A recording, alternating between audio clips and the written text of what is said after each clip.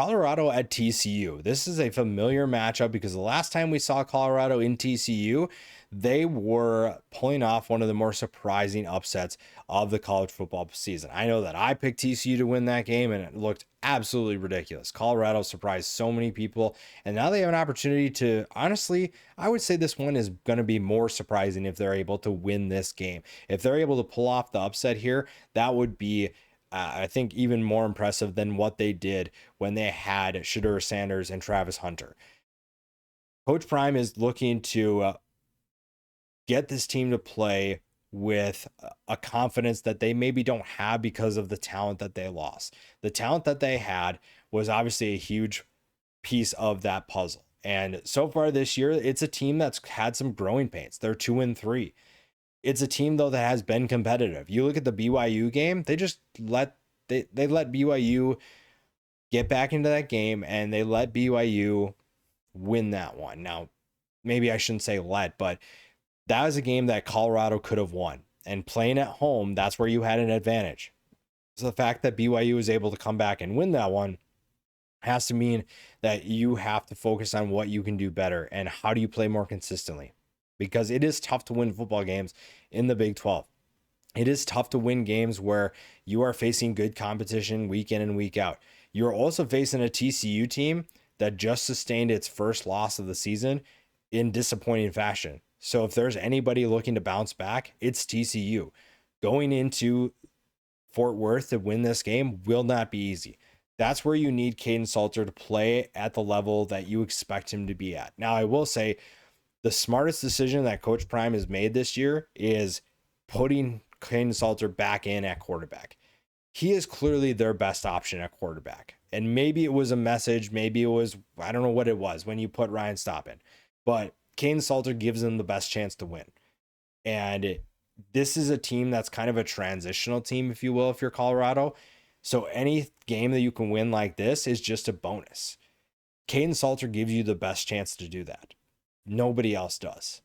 And giving him chance to be on the field and gain some of that chemistry with the wide receivers is huge because this is a group that has quite a bit of talent. Joseph Williams, Sincere Brown, Omarion Miller, DeKalen Taylor as a running back has been a factor. Draylon Miller, Hakeem Williams. You have guys that some of them aren't living up to expectations, but have the potential to take a step and take strides. Joseph Williams so far has been pretty good. You've seen Sincere Brown be extremely explosive. Those guys have been really fun to watch. You need to see it more consistently.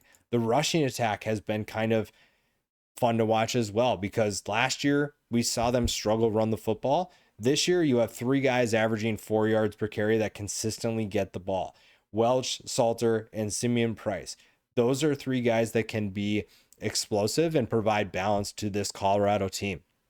You need that to happen. You need that in order to be able to compete because TCU is going to be able to put up points. And when you look at what Colorado's done this year, their defense hasn't been elite. They haven't been bad, but they haven't been elite. So it's not like they're just going to walk on the field and shut down this TCU offense. Stopping Josh Hoover isn't easy, nor is it fun for anybody that has to do it. Hoover is extremely efficient with the football. And while last week wasn't his best performance, I fully expect him to bounce back. Now, part of that kind of is determined by if Eric McAllister is back. Same thing with Kavorian Barnes. What are they going to be able to do in terms of recovery? Eric McAllister sat out the entire second half last week against Arizona State, and it was very obvious that his presence wasn't on the field. Now, Jordan Dwyer and Joseph Manjack did what they could. DeAndre Rogers has been a nice emergence for this offense, but they need Eric McAllister. He's clearly the most explosive player on this team, and he gives them a good complement to Dwyer and Manjack.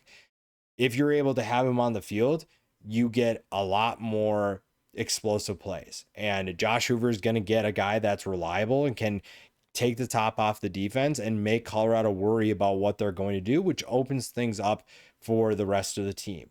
Now, the biggest thing, the offense is going to score points. I don't have any concerns about that, regardless of if McAllister is on the field. But the defense has to play better. Part of the reason why Arizona State was able to come back last week is because the defense couldn't get stops when they needed to. Now, turnovers did play a part, but the defense needs to play a role. And you can't afford to drop opportunities. Now, Bud Clark is one of the most sure-handed defensive backs in the entire country, but he dropped a big time interception last week that could have changed the outcome. You know that he remembers that. You know that he knows what happened. So I'm very curious to see how he and that group bounce back. TCU, like I said, is the better team in this one. However, they were considered the better team when Colorado came in here last time and won. This just feels a little bit different. If Colorado can be a little bit more consistent on offense and Salter finds that chemistry and finds those explosive plays with his wide receivers, they have a chance. However, I think TCU bounces back. I think they get back on track and get back to their winning ways. And the line's 13.5. I wouldn't be surprised if TCU is able to cover that as well.